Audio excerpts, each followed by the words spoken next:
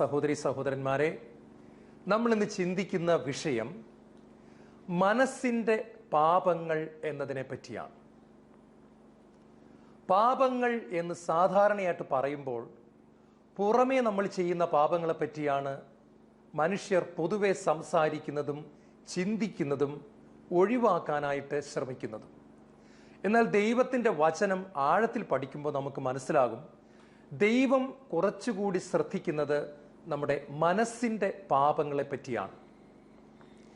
ജോഷുവയുടെ പുസ്തകം 6-ാം അധ്യായത്തിൽ നമ്മൾ വ്യക്തമായിട്ട് കാണുന്നു, പാപം അവിടെ വലിയൊരു തകർച്ചയ്ക്ക് കാരണമായി തീരുന്നു. പ്രിയപ്പെട്ടവരെ, പാപം പുറമേ തകർച്ചയ്ക്ക് കാരണമായി തീരുന്നുവെങ്കിലും ആദ്യം അത് ചിന്തയുടെ മണ്ഡലത്തിൽ ഉണ്ടാവുകയും മനസ്സിനെ മുഴുവൻ ഇരുട്ടിലാക്കുകയും പിന്നീട് പ്രവൃത്തിപഥത്തിലേക്ക് കൊണ്ടുവരികയുമാണ് ചെയ്യുന്നത്. ജോഷുവയുടെ പുസ്തകം 3-ാം അധ്യായത്തിൻ്റെ 5-ാമത്തെ വാക്യത്തിൽ പറയുന്നു, നിങ്ങളെ തന്നെ വിശുദ്ധീകരിക്കുവിൻ, നാളെ നിങ്ങളുടെ ഇടയിൽ കർത്താവ് അത്ഭുതങ്ങൾ പ്രവർത്തിക്കും. യേശുവിൽ ഏറ്റവും പ്രിയപ്പെട്ടവരെ, മനസ്സിൻ്റെ വിശുദ്ധീകരണത്തിലൂടെ ദൈവത്തിൻ്റെ വലിയ അനുഗ്രഹങ്ങൾ പ്രാപിച്ചെടുക്കുവാൻ നമുക്ക് സാധിക്കും. റോമാലേഖനം 12-ാം അധ്യായത്തിൻ്റെ 2 മുതലുള്ള വാക്യങ്ങൾ വായിക്കുമ്പോൾ ദൈവത്തിൻ്റെ വചനം ഇങ്ങനെയാണ് പഠിപ്പിക്കുന്നത്, നിങ്ങൾ ഈ ലോകത്തിന് അനുരൂപരാകരുത്, പ്രത്യുത നിങ്ങളുടെ മനസ്സിൻ്റെ നവീകരണം വഴി രൂപാന്തരപ്പെടുവിൻ.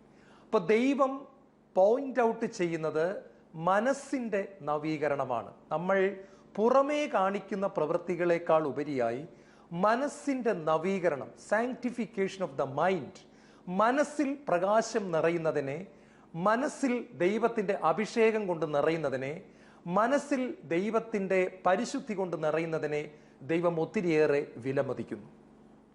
ഇന്ന് തിരുവചനം ശുശ്രൂഷയിൽ മനസ്സുകൊണ്ട് ചെയ്യുന്ന പാപങ്ങളിലൂടെ പരിശുദ്ധാത്മാവ് നമ്മളെ കൂട്ടിക്കൊണ്ടു പോവുകയാണ്.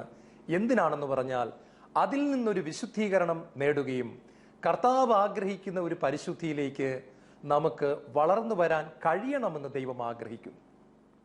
ഒന്നാമതായി, ദുഷിച്ച മനസ്സുള്ളവർ. 1 തീമോത്തി 6-ാം അധ്യായത്തിൻ്റെ 5-ാമത്തെ വാക്യം പറയുന്നു, അവർ ദുഷിച്ച മനസ്സ് ഉള്ളവരാണ്. മത്തായി സുവിശേഷം 5-ാം അധ്യായത്തിൻ്റെ 27-ാമത്തെ വാക്യം പറയുന്നു, ആസക്തിയോടെ സ്ത്രീയെ നോക്കുന്നവൻ ഹൃദയത്തിൽ അവളുമായി വ്യഭിചാരം ചെയ്ത് കഴിഞ്ഞു. പ്രിയപ്പെട്ടവരെ, ഒരു സ്ത്രീ മുൻപിൽ വരാതെ തന്നെ നമുക്കൊരു സ്ത്രീയെ ആസക്തിയോടെ നോക്കാൻ പറ്റുമെന്നാണ് ദൈവത്തിൻ്റെ വചനം ഇവിടെ പഠിപ്പിക്കുന്നത്. ഒരു പുരുഷൻ നമ്മുടെ മുൻപിൽ വരാതെ തന്നെ തെറ്റായിട്ട് ഒരു പുരുഷനെ നോക്കാൻ ഒരു സ്ത്രീക്ക് സാധിക്കും. ഒരു വ്യക്തി മുറിയടകത്ത് ഇരുന്നു കൊണ്ട് പോലും വളരെ ദൂരെ ഇരിക്കുന്ന ഒരു വ്യക്തിയെ തെറ്റായിട്ട് കാണുവാൻ, അകക്കണ്ണുകൾ കൊണ്ട് കാണുവാനും ആസക്തിയോടെ നോക്കുവാനും സാധിക്കും. ഇത് മനസ്സുകൊണ്ട് ചെയ്യുന്ന ഒരു പാപമാണ് എന്ന് ദൈവത്തിൻ്റെ വചനം നമ്മളെ ഓർമ്മിപ്പിക്കുകയാണ്.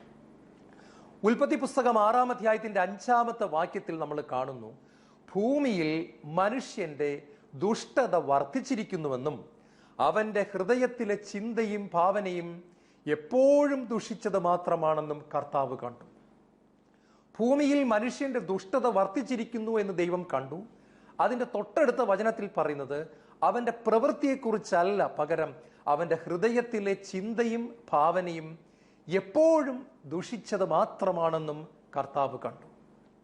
യേശുവിൽ ഏറ്റവും പ്രിയപ്പെട്ടവരെ, ഹേറോദേസ് രാജാവിനെ പറ്റി ദൈവത്തിൻ്റെ വചനത്തിൽ വളരെ വ്യക്തമായിട്ട് പ്രതിപാദിക്കുന്നുണ്ട്.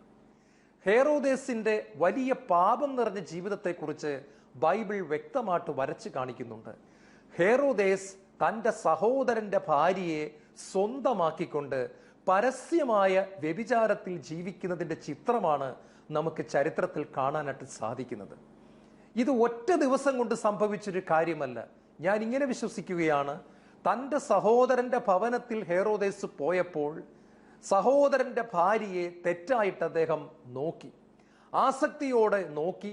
പിന്നീട് അദ്ദേഹം തിരിച്ച് തൻ്റെ കൊട്ടാരത്തിൽ വന്നു കഴിഞ്ഞപ്പോഴും തൻ്റെ സഹോദരൻ്റെ ഭാര്യയെക്കുറിച്ചുള്ള പൈശാചികമായ ചിന്തകളെ അദ്ദേഹം താലോലിച്ചു. അദ്ദേഹത്തിൻ്റെ മനസ്സ് മുഴുവൻ കലുഷിതമായി, മനസ്സ് മുഴുവൻ ഇരുട്ടു നിറഞ്ഞു, മനസ്സിൽ ഒരുപാട് പാപം നിറഞ്ഞു. മനസ്സ് പാപത്തിൻ്റെ ചിന്തകൾ കൊണ്ട് നിറയപ്പെട്ടു. അതിനെ അദ്ദേഹം ചെറുത്തില്ല. വീണ്ടും സഹോദരന്റെ ഭാര്യയെ കണ്ടപ്പോൾ അത് തെറ്റായ സംസാരത്തിലേക്ക് നീങ്ങി, തെറ്റായ നോട്ടത്തിലേക്ക് നീങ്ങി. ഒടുവിൽ വളരെ നാളുകൾക്ക് ശേഷമാണ് സഹോദരന്റെ ഭാര്യയെ അദ്ദേഹം സ്വന്തമാക്കിക്കൊണ്ട് ജനങ്ങളുടെ മുമ്പിൽ പരസ്യമായ വ്യഭിചാര ജീവിതം നയിക്കുന്നത്. പ്രിയപ്പെട്ടവരെ, ഇതിനെപ്പറ്റി ക്രിസ്താനുകരണം എന്ന പുസ്തകത്തിൽ തോമസ് എ കെമ്പിസ് ഇങ്ങനെ പറയുന്നുണ്ട്: ഒരു മനുഷ്യൻ ആദ്യമേ പാപം ചെയ്യുന്നത് പ്രവൃത്തിയിലല്ല. ആദ്യം അവൻ്റെ ചിന്തയിൽ ശക്തമായ ഒരു പ്രേരണയുണ്ടാകുന്നു. പിന്നീട് ആ ചിന്ത ഭാവനയ്ക്ക് വഴിമാറുന്നു. ഭാവന പിന്നീട് ശക്തമാകുന്നു. ഭാവന നോട്ടത്തിലേക്കും സംസാരത്തിലേക്കും സ്പർശനത്തിലേക്കും പ്രവൃത്തിയിലേക്കും ഒടുവിൽ മാരകമായ പാപത്തിലേക്കും നയിക്കുന്നു. ഒരു മനുഷ്യന്റെ പതനം പൂർണ്ണമാവുകയാണ്. എന്നെ കേട്ടുകൊണ്ടിരിക്കുന്ന ദൈവമക്കളെ, ദൈവത്തെ പ്രസാദിപ്പിക്കുന്ന ഒരു ജീവിതം ഞാനും നിങ്ങളും ആഗ്രഹിക്കുന്നെങ്കിൽ, നമ്മുടെ ചിന്തകൾ പരിശുദ്ധി കൊണ്ട് നിറയപ്പെടണമെന്ന് ആഗ്രഹിക്കുന്ന ദൈവത്തിൻ്റെ ആ ആഗ്രഹത്തെ നമ്മൾ ഒത്തിരി ഗൗരവത്തോടെ കാണണം. മനസ്സിൻ്റെ പാപങ്ങളെപ്പറ്റി നമ്മൾ ചിന്തിക്കുമ്പോൾ മനസ്സിൻ്റെ പാപങ്ങളെ ദൈവകൃപ കൊണ്ട് കൈകാര്യം ചെയ്യാൻ നമുക്ക് കഴിയണമെന്ന് ദൈവം ആഗ്രഹിക്കുന്നുണ്ട്.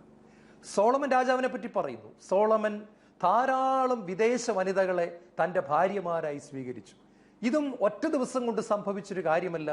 അദ്ദേഹം ഓരോ വിദേശ രാജ്യത്ത് പോകുമ്പോഴും അവിടെയുള്ള സുന്ദരികളായ പെൺകുട്ടികളെ കാണുമ്പോൾ അദ്ദേഹം അവരെ എല്ലാം തെറ്റായ രീതിയിൽ നോക്കുകയും തിരിച്ച് തൻ്റെ കൊട്ടാരത്തിൽ വന്നതിന് ശേഷം വൃത്തികെട്ട ഭാവനകൾ കാണുകയും അദ്ദേഹത്തിന് തന്നെ നിയന്ത്രിക്കാനാവാതെ അദ്ദേഹം ദൈവകൽപ്പനയ്ക്ക് വിരുദ്ധമായി ദൈവം ആഗ്രഹിക്കാത്ത വിധത്തിലുള്ള വിവാഹ ബന്ധങ്ങളിൽ ചെന്ന് പെടുകയും ഒടുവിൽ അദ്ദേഹം സത്യദൈവ ആരാധന വിട്ട് തെറ്റായ ആരാധനാ രീതികളിലേക്ക് പോവുകയും അദ്ദേഹത്തിൻ്റെ ജീവിതം തകർന്ന് തരിപ്പണമാവുകയും ചെയ്യും. ദൈവം നേരിട്ട് പ്രത്യക്ഷപ്പെട്ട് സംസാരിച്ച വലിയ ഭാഗ്യവാനായ ഈ മഹാരാജാവ് ഒടുവിൽ സ്ത്രീകൾ നിമിത്തം തകർന്നു പോകുന്നതാണ് കാണുന്നത്. ഇതിൻ്റെ എല്ലാം കാരണം അദ്ദേഹം മനസ്സിനെ അശുദ്ധിക്ക് വിട്ടുകൊടുത്തു എന്നുള്ളതാണ്. മനസ്സിൻ്റെ പാപത്തെ കൈകാര്യം ചെയ്യാൻ സോളമനും ഹേറോദേസും സാംസനും ഒരുപോലെ പരാജയപ്പെട്ടു എന്ന് ദൈവത്തിൻ്റെ വചനം നമ്മളെ ഓർമ്മിപ്പിക്കുന്നു. രണ്ടാമതായി, മനസ്സിൻ്റെ പാപം എന്ന വിഷയത്തിൽ ദൈവത്തിൻ്റെ വചനം നമ്മളെ ഓർമ്മിപ്പിക്കുന്നു അഹങ്കാരം നിറഞ്ഞ മനസ്സ്. റോമാലേഖനം 12-ാം അധ്യായത്തിന്റെ 16-ാമത്തെ വാക്യം പറയുന്നു: ഔദ്ധ്യത്യം വെടിഞ്ഞ് എളിയവരുടെ തലത്തിലേക്ക് ഇറങ്ങി വരുവിൻ, ബുദ്ധിമാന്മാരാണെന്ന് നിങ്ങൾ നടിക്കരുത്. ഇത് ലോകരാജ്യത്തിലായാലും ദൈവരാജ്യത്തിലായാലും ഒരുപോലെ ബാധകമായ ഒരു കാര്യമാണ്. വിദ്യാഭ്യാസം കൂടുതലുള്ള വ്യക്തികൾ, സൗന്ദര്യം കൂടുതലുള്ള വ്യക്തികൾ, മറ്റുള്ളവരെക്കാൾ താലന്തുകൾ ലഭിച്ചിട്ടുള്ള വ്യക്തികൾ, കഴിവുകൾ കിട്ടിയ വ്യക്തികൾ, ഉന്നത കുലജാതർ, ഇവരൊക്കെ ലോകത്തിൽ അഹങ്കരിക്കാൻ സാധ്യത കൂടുതലായിട്ടുള്ള മനുഷ്യരാണ്. ഇതുപോലെ തന്നെ ആത്മീയ ലോകത്തിലുമുണ്ട്. ദൈവം വലിയ കൃപകൾ കൊടുത്തവർ, ദൈവം വലിയ അഭിഷേകം കൊടുത്തവർ, ഇവരൊക്കെ അഹങ്കാരത്തിൻ്റെ ചിന്തകൾ നിമിത്തം തകർന്നു പോകാൻ സാധ്യതയുള്ളതിനാൽ മനസ്സിൻ്റെ ഈ മേഖലയെ സൂക്ഷിക്കണമെന്ന് ദൈവത്തിൻ്റെ വചനം നമ്മളെ പ്രത്യേകമായിട്ട് ഓർമ്മിപ്പിക്കുകയാണ്.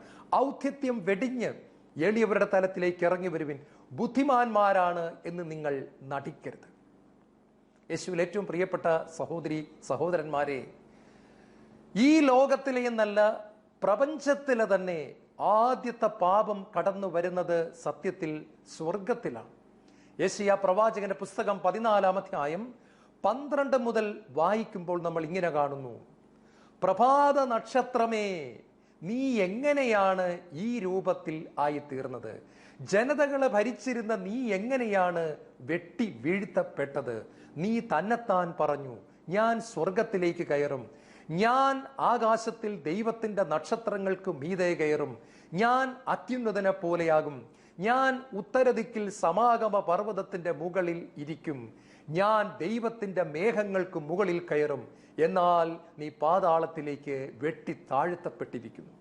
പ്രിയപ്പെട്ടവരെ, ലൂസിഫർ എന്ന് പറയുന്ന മാലാഖ, മോർണിംഗ് സ്റ്റാർ, ആ മാലാഖ ഹൃദയത്തിൽ പുറമേ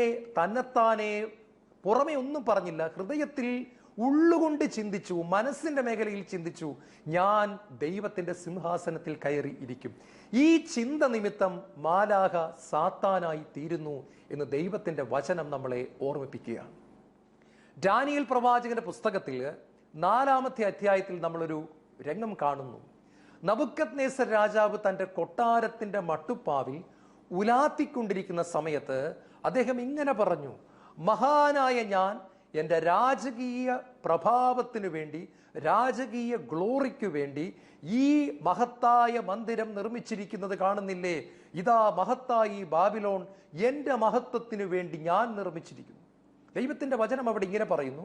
ഈ വാക്കുകൾ രാജാവിൻ്റെ വായിൽ നിന്ന് വീഴുന്നതിന് മുൻപ് തന്നെ സ്വർഗത്തിൽ നിന്നൊരു സ്വരം കേട്ടു. പ്രിയപ്പെട്ടവരെ ശ്രദ്ധിക്കണം, രാജാവ് വാക്കുകൊണ്ട് പുറമേ ഒന്നും സംസാരിച്ചില്ല. ഈ വാക്കുകൾ വായിൽ നിന്ന് പുറത്തേക്ക് വീഴുന്നതിന് മുൻപ് തന്നെ ദൈവത്തിന്റെ ജഡ്ജ്മെന്റ്, ന്യായവിധി കടന്നു വരികയാണ്. ഇതിന്റെ കാരണം അദ്ദേഹം മനസ്സിന്റെ മേഖലയിൽ കുറച്ച് നാളുകളായിട്ട് തന്നെ ഈ ചിന്തകളെ താലോലിച്ചു കൊണ്ടിരിക്കുകയാണ്. എൻ്റെ കൊട്ടാരം കണ്ടില്ലേ, എൻ്റെ പൂന്തോട്ടം കണ്ടില്ലേ, എൻ്റെ സമ്പത്ത് കണ്ടില്ലേ, ഇതെല്ലാം എൻ്റെ മഹത്വമല്ലേ, ഇതെല്ലാം ഞാൻ ഉണ്ടാക്കിയതല്ലേ, ഞാനെന്ന് പറഞ്ഞാൽ അത്ര ചെറിയ ആളൊന്നുമല്ല, ഞാനൊരു വലിയ ആളാണ്, എൻ്റെ നേട്ടങ്ങൾ കണ്ടില്ലേ, ഞാൻ എത്ര കഷ്ടപ്പെട്ട് എൻ്റെ കഴിവ് ഉപയോഗിച്ച് ഇതെല്ലാം ഞാൻ കെട്ടിപ്പൊക്കിയില്ലേ, എന്നെപ്പോലൊരു രാജാവുണ്ടോ എന്ന് അദ്ദേഹം പലതവണ മനസ്സിന്റെ മേഖലയിൽ ചിന്തിച്ച് തന്നെ ഉയർത്തി അഹങ്കാര ചിന്തകൾ കൊണ്ട് നിറഞ്ഞു. ഒടുവിൽ അതിൻ്റെ പീക്കെത്തിയപ്പോൾ, അതിൻ്റെ പൂർണ്ണതയിലെത്തിയപ്പോഴത്തേക്കും ദൈവം ഇടപെട്ട് അദ്ദേഹത്തോട് സംസാരിക്കുകയാണ്. നബൂഖദ്നേസർ രാജാവേ, ഇതാ രാജ്യം നിന്നിൽ നിന്ന് എടുക്കപ്പെട്ടിരിക്കുന്നു. നീ മനുഷ്യരുടെ ഇടയിൽ നിന്ന് ഓടിക്കപ്പെടും. നീ കാളയെപ്പോലെ പുല്ലു തിന്നും, നീ മൃഗങ്ങളെപ്പോലെ ജീവിക്കും എന്ന് ദൈവത്തിന്റെ വചനം അദ്ദേഹത്തിന് ഒരു മുന്നറിയിപ്പ് കൊടുത്തു. പ്രിയപ്പെട്ടവരെ, അതുപോലെ തന്നെ സംഭവിക്കുകയാണ്. നമ്മൾ പലപ്പോഴും ഉള്ളിൽ വരുന്ന അഹങ്കാര ചിന്തകളെ നാം എതിർക്കാറില്ല. അതുകൊണ്ട് പുറമേ പലപ്പോഴും നമ്മൾ എളിമ അഭിനയിക്കുമ്പോഴും നമ്മുടെയൊക്കെ ഉള്ളിൽ പലപ്പോഴും അഹങ്കാരത്തിൻ്റെ ചിന്തകൾ നിറഞ്ഞു വരുന്നു. അതുകൊണ്ട് മനസ്സിൻ്റെ ഈ പാപത്തെ ഗൗരവതരമായിട്ട് തന്നെ കൈകാര്യം ചെയ്യണമെന്ന് ദൈവത്തിൻ്റെ വചനം നമ്മളെ ഓർമ്മിപ്പിക്കുകയാണ്. സുഭാഷിതങ്ങളുടെ പുസ്തകം 16-ാം അധ്യായം അതിൻ്റെ 18-ാം തിരുവചനം പറയുന്നു, അഹങ്കാരത്തിൻ്റെ പിന്നാലെ അപമാനമുണ്ട്. നമ്മൾ എവിടെയെങ്കിലും തകർന്ന് തരിപ്പണമാകുന്നെങ്കിൽ, നാം ആത്മീയ ജീവിതത്തിൽ വീണ്ടും വീണു പോകുന്നെങ്കിൽ, ദൈവം നമ്മളെ ഓർമ്മിപ്പിക്കുന്ന ഒരു സത്യമുണ്ട്, അഹങ്കാരത്തിൻ്റെ പിന്നാലെ അപമാനമുണ്ട്. നാം 2-3 ആഴ്ച നല്ല വിശുദ്ധിയിൽ ജീവിച്ച് കഴിയുമ്പോൾ ഒരു ചിന്ത പൊങ്ങി വരും, ഞാനിപ്പോൾ ഒത്തിരി വളർന്നുപോയി, ഞാൻ അവളെക്കാളും അവനേക്കാളും ഒക്കെ ഒത്തിരി നല്ലതാണ്, അവനും അവളുമൊക്കെ മദ്യപിച്ചും പാപം ചെയ്തും പരദൂഷണം പറഞ്ഞു നടക്കുമ്പോൾ എനിക്ക് അങ്ങനത്തെ കാര്യങ്ങളൊന്നുമില്ല. അവനും അവളും രാവിലെ പള്ളിയിൽ പോകാതെ പുതച്ചു മൂടിക്കിടന്ന് ഉറങ്ങുമ്പോൾ ഞാനിതാ പ്രഭാതത്തിൽ പള്ളിയിൽ പോകുന്നു. അവനും അവളും ഒരു ജപമാല പോലും ചൊല്ലാതെ കറങ്ങി നടക്കുമ്പോൾ ഞാൻ 4 ജപമാല ചൊല്ലുന്നു. ഇങ്ങനെയെല്ലാം പലതരത്തിലുള്ള ചിന്തകൾ നമ്മുടെ മനസ്സിലേക്ക് വരികയും ഒടുവിൽ നാം പെട്ടെന്ന് താഴെ വീഴുകയും ചെയ്യുന്നു. അതുകൊണ്ടാണ് വചനം പറയുന്നത്, അഹങ്കാരത്തിന്റെ പിന്നാലെ അപമാനം ഉണ്ട്. മൂന്നാമത്തതായി, മനസ്സിന്റെ പാപങ്ങൾ എന്ന മേഖലയിൽ നമ്മൾ ചിന്തിക്കുന്നത് സംശയം നിറഞ്ഞ മനസ്സ്. യേശുവിൽ ഏറ്റവും പ്രിയപ്പെട്ടവരെ, മത്തായി സുവിശേഷത്തിന്റെ 28-ാമത്തെ അധ്യായത്തിലും ലൂക്കാ സുവിശേഷത്തിന്റെ 24-ാമത്തെ അധ്യായത്തിലും മർക്കോസിന്റെ സുവിശേഷം 16-ാമത്തെ അധ്യായത്തിലും വേദനിപ്പിക്കുന്ന ചില രംഗങ്ങൾ നമ്മൾ കാണുകയാണ്. മർക്കോസിന്റെ സുവിശേഷം 16-ാമത്തെ അധ്യായത്തിൽ ഉയർത്തെഴുന്നേറ്റ യേശുവിനെ കണ്ടപ്പോൾ ചിലർ സംശയിച്ചു എന്ന് അവിടെ വ്യക്തമായിട്ട് തന്നെ ദൈവത്തിന്റെ വചനം പറയാണ്. കാരണം എന്താണെന്നറിയാമോ? യേശുവിനെ, മരിച്ചവരിൽ നിന്നും ഉയർത്തെഴുന്നേറ്റ യേശുവിനെ ആദ്യമായിട്ട് കണ്ടത് മഗ്ദലന മറിയമാണ്. അപ്പൊ മർക്കോസിന്റെ സുവിശേഷം 16-ാം അധ്യായത്തിൽ ഉയർത്തെഴുന്നേറ്റ യേശുവിനെ കണ്ട മഗ്ദലന മറിയം ശിഷ്യരുടെ അടുക്കൽ വന്ന് യേശു ഉയർത്തെഴുന്നേറ്റു എന്ന് പറയുമ്പോൾ അവർ വേദനിച്ചും കരഞ്ഞും ഇരിക്കുകയായിരുന്നു. പക്ഷേ അവർ അവളെ വിശ്വസിച്ചില്ല എന്ന് ദൈവത്തിന്റെ വചനം പറയുന്നു. ലൂക്കാ സുവിശേഷം 24-ാമത്തെ അധ്യായത്തിലാണെങ്കിൽ ഒരുമിച്ച് കൂടിയിരുന്ന് പ്രാർത്ഥിച്ചു കൊണ്ടിരുന്ന, അല്ലെങ്കിൽ ഒരുമിച്ച് കൂടി വിഷമിച്ചിരുന്ന, ഒരുമിച്ച് കൂടി ആകുലപ്പെട്ടിരുന്ന, ഭാരപ്പെട്ടിരുന്ന, സങ്കടപ്പെട്ടിരുന്ന ശിഷ്യന്മാരുടെ മധ്യത്തിൽ കർത്താവായ യേശു ക്രിസ്തു പ്രത്യക്ഷപ്പെടുകയാണ്. അവിടുന്ന് മരണത്തെ ജയിച്ചവനായിട്ട് പ്രത്യക്ഷപ്പെടുകയാണ്.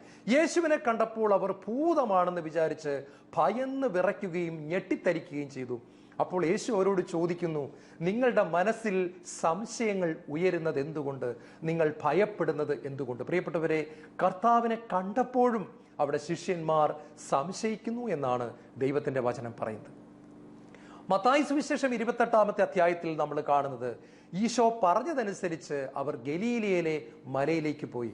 അവർ അവനെ ആരാധിച്ചു. എന്നാൽ ചിലർ സംശയിച്ചു. നമ്മൾ കാണുക, ഈ 3 സുവിശേഷങ്ങളിലും ശിഷ്യന്മാരുടെ സംശയത്തെക്കുറിച്ച് വളരെ വ്യക്തമായിട്ട് തന്നെ പരിശുദ്ധാത്മാവ് രേഖപ്പെടുത്തിയിരിക്കുകയാണ്.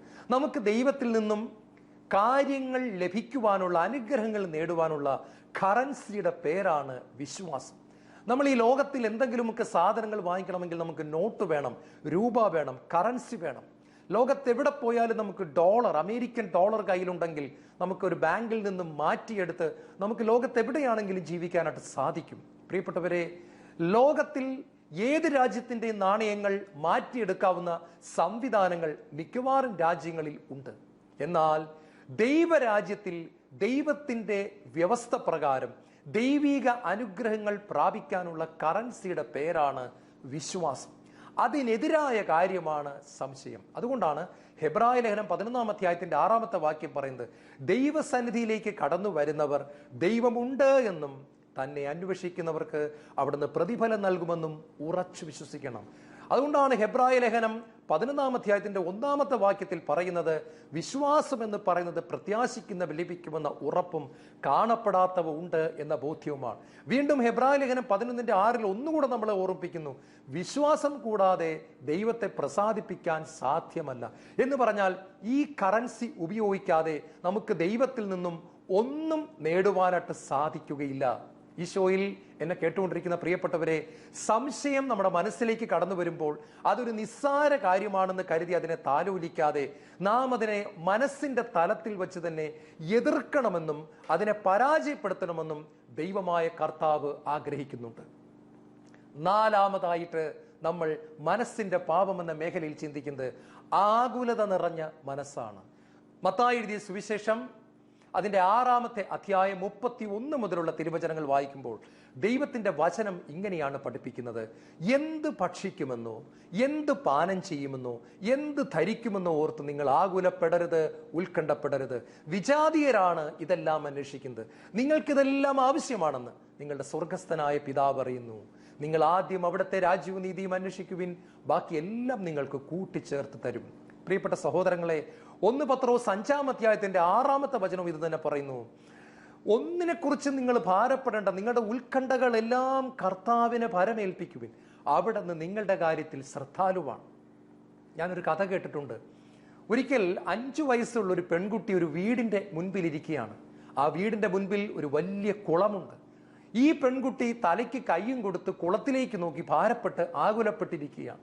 അപ്പൊ അമ്മ വന്നിട്ട് ചോദിക്കുകയാണ്, മോളെ നീ എന്താണ് ഈ കുളത്തിലേക്ക് നോക്കി ഇങ്ങനെ ആകുലപ്പെട്ടിരിക്കുന്നത്? അവൾ പറഞ്ഞു, അമ്മേ ഞാൻ കുറച്ചുകൂടെ കഴിയുമ്പോൾ വലുതാകത്തില്ലേ? അമ്മ പറഞ്ഞു, വലുതാകും. ഞാൻ പഠിച്ചു വലിയ ആളാകത്തില്ലേ? അമ്മ പറഞ്ഞു, വലിയ ആളാകും. അത് കഴിഞ്ഞ് ഞാൻ കല്യാണം കഴിക്കത്തില്ലേ? അമ്മ പറഞ്ഞു, കല്യാണം കഴിക്കും. അത് കഴിയുമ്പോൾ എനിക്ക് കുട്ടി ഉണ്ടാകത്തില്ലേ? അമ്മ പറഞ്ഞു, കുട്ടി ഉണ്ടാകും. ആ കുട്ടി കുറെ കഴിയുമ്പം നടക്കാൻ തുടങ്ങത്തില്ലേ? അമ്മ പറഞ്ഞു, അതേ, നടക്കാൻ തുടങ്ങും. അപ്പോൾ ആ കുട്ടി നടന്ന് ഈ കുളത്തിലെങ്ങാനും ചെന്ന് വീണ് മരിച്ചു പോകുമോ എന്നോർത്ത് അതിനെപ്പറ്റിയുള്ള ഭാരത്താൽ ഞാൻ വിഷമിച്ചിരിക്കുകയാണ്. കാണുക, 5 വയസ്സുള്ള ഒരു പെൺകുട്ടി വളരെ വർഷങ്ങൾക്ക് ശേഷം സംഭവിക്കാൻ സാധ്യതയില്ലാത്ത ഒരു കാര്യം സംഭവിക്കുമെന്ന് കരുതി അതിനെക്കുറിച്ച് ഭാരപ്പെട്ട് തലയ്ക്ക് കയ്യും കൊടുത്തിരിക്കുകയാണ്. പ്രിയപ്പെട്ട സഹോദരങ്ങളെ, ഇതൊരു കഥയാണെങ്കിലും ഇതിൻ്റെ അകത്ത് വലിയ ഒരു സന്ദേശം അടങ്ങിയിട്ടുണ്ട്. കാരണം നമ്മുടെ ജീവിതത്തെ നിയന്ത്രിക്കുന്നത് ദൈവമാണെന്ന് ഉറപ്പുണ്ടെങ്കിൽ നാളെക്കുറിച്ച് നമ്മൾ ഭാരപ്പെടരുത് എന്ന് തന്നെയാണ് കർത്താവ് പറഞ്ഞത്. കാരണം നാളത്തെ നമ്മുടെ ജീവിതം ദൈവത്തിൻ്റെ കരങ്ങളിൽ ഭദ്രമാണ്. നാം അത് ദൈവകരങ്ങളിൽ നിന്ന് സ്വീകരിക്കുക മാത്രമാണ് ചെയ്യുന്നത്. ഉത്കണ്ഠ മൂലം ഇന്ന് മനുഷ്യന്റെ BP കൂടുന്നു. ഹാർട്ട് അറ്റാക്ക് ഉണ്ടാകുന്നവരുടെ എണ്ണം വളരെയധികമായിട്ട് വർദ്ധിക്കുന്നു. അൾസർ രോഗികൾ, പലതരത്തിലുള്ള രോഗങ്ങൾ മെഡിക്കൽ സയൻസ് പറയുന്നു. ഇതെല്ലാം ആകുലത നിമിത്തം ഉണ്ടാകുന്ന കാര്യങ്ങളാണ്. ഞാൻ ഒരിക്കൽ ഇങ്ങനെ ഒരു കാര്യം എവിടെയോ വായിച്ചതായിട്ട് ഓർക്കുന്നു. വളരെ സമ്പന്നനായ ഒരു മനുഷ്യൻ ആകുലപ്പെട്ടിരിക്കുകയാണ്. അദ്ദേഹത്തോട് ആരോ ചോദിച്ചു, ചേട്ടാ എന്താ ഇത്ര ഭാരപ്പെട്ടിരിക്കുന്നത്? ചേട്ടൻ ഒത്തിരി സമ്പാദിച്ചില്ലേ? ഉടനെ ഈ സമ്പന്നനായ മനുഷ്യൻ പറഞ്ഞു, ഞാൻ ഒരുപാട് സമ്പാദിച്ചു, ഞാൻ 10 തലമുറയ്ക്കുള്ളത് സമ്പാദിച്ചിട്ടുണ്ട്. അപ്പൊ മറ്റേ ചേട്ടൻ ചോദിച്ചു, പിന്നെ എന്തിനാ ഇങ്ങനെ ഭാരപ്പെട്ടിരിക്കുന്നത്? ഉടനെ ഈ സമ്പന്നനായ വ്യക്തി പറയാ, എൻ്റെ 11ാമത്തെ തലമുറ എന്ത് ചെയ്യുമെന്നോർത്ത് ഞാൻ ആകുലപ്പെട്ടുകൊണ്ടിരിക്കുകയാണ്. പ്രിയപ്പെട്ടവരെ, ഇതാണ് ശരിക്കും പറഞ്ഞു കഴിഞ്ഞാൽ ആകുലത. കർത്താവിന്റെ വചനം നമ്മളെ ഓർമ്മിപ്പിക്കുന്നു, നിങ്ങളുടെ എല്ലാ ഉത്കണ്ഠകളും ആകുലതകളും കർത്താവിനെ ഭരമേൽപ്പിക്കുവിൻ, അവിടുന്ന് നിങ്ങളുടെ കാര്യത്തിൽ ശ്രദ്ധാലുവാണ്. ഇത് കർത്താവിൻ്റെ ഉറപ്പുള്ള വചനമാണ്. അവിടുന്ന് നിങ്ങളുടെ കാര്യത്തിൽ ശ്രദ്ധാലുവാണ്. ഒരു മരത്തിന്റെ ചില്ലയിൽ 2 കുരുവികൾ ഇരുന്ന് പരസ്പരം സംസാരിക്കുകയാണ്. അതിൽ ആൺകുരുവി പെൺകുരുവിയോട് പറയുകയാണ്, ഈ മനുഷ്യരെല്ലാം ഇത്രമാത്രം ഉത്കണ്ഠപ്പെടുന്നത് എന്തുകൊണ്ടാന്ന് നിനക്കറിയാമോ? ഉടനെ പെൺകുരുവി പറഞ്ഞു, ഞാനും അത് ആലോചിക്കുന്നത്, എന്തുമാത്രം ഉത്കണ്ഠയാ മനുഷ്യർക്ക്. ഉടനെ ആൺകുരുവി പെൺകുരുവിയോട് മറുപടി കൊടുക്കുകയാണ്, നിനക്കൊരു കാര്യം അറിയാമോ? മനുഷ്യർക്ക് നമുക്കുള്ളതുപോലെ ഒരു സ്വർഗസ്ഥനായ പിതാവില്ല. അതുകൊണ്ടാണ് അവർ ആകുലപ്പെടുന്നത്. നമുക്കൊരു സ്വർഗസ്ഥനായ പിതാവുള്ളത് കൊണ്ട് നമുക്ക് ആകുലതയേ ഇല്ല.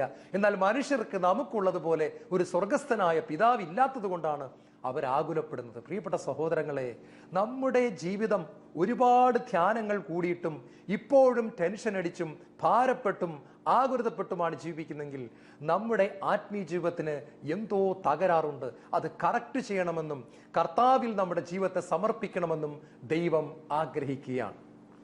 5-ാമതായി സ്വാർത്ഥത നിറഞ്ഞ ഒരു മനസ്സ്. ലൂക്കാ സുവിശേഷം 12-ാം അധ്യായത്തിൽ ഒരു ധനികൻ പറയുന്നു, എൻ്റെ പാടം ധാരാളം വിളവ് നൽകി, അതുകൊണ്ട് ഞാൻ എന്ത് ചെയ്യും?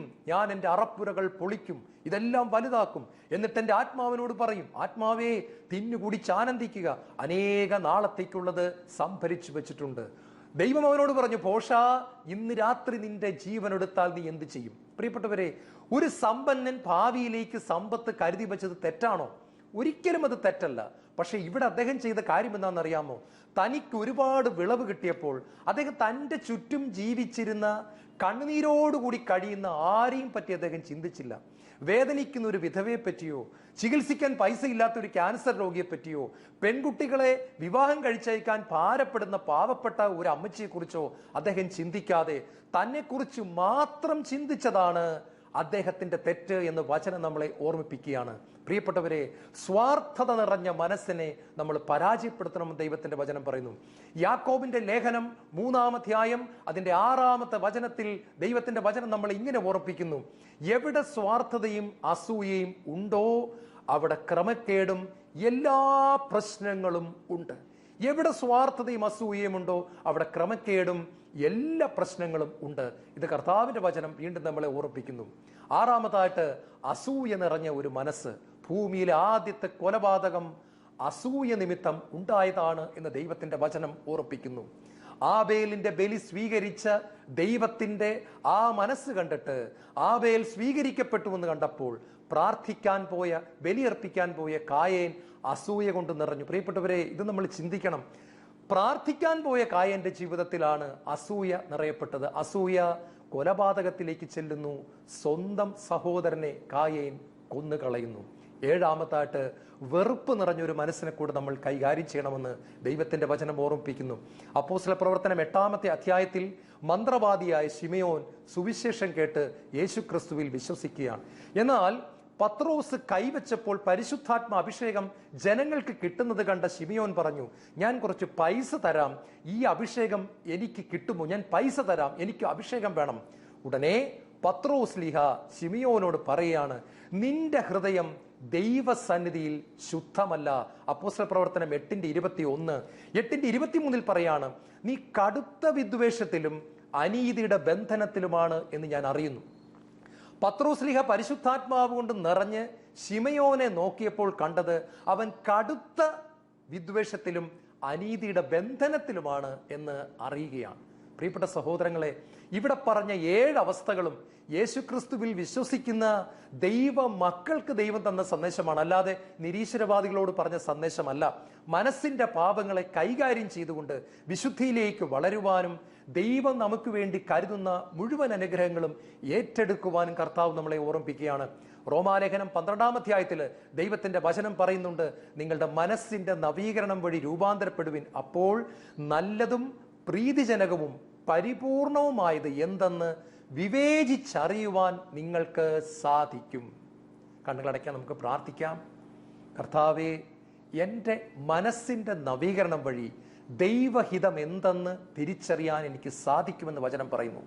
നല്ലതും പ്രീതിജനകവും പരിപൂർണവുമായത് എന്തെന്ന് അനുഭവിച്ചറിയുവാൻ, തിരിച്ചറിയുവാൻ എനിക്ക് കഴിയണമെങ്കിൽ എൻ്റെ മനസ്സിന്റെ നവീകരണം വേണം. കർത്താവേ, ഞാൻ എന്നെ തന്നെ സമർപ്പിക്കുന്നു. എൻ്റെ മനസ്സിനെ നിന്റെ പ്രകാശം കൊണ്ടും വചനം കൊണ്ടും നിറയ്ക്കണമേ. യേശുവേ സ്തോത്രം, യേശുവേ നന്ദി, യേശുവേ ആരാധന.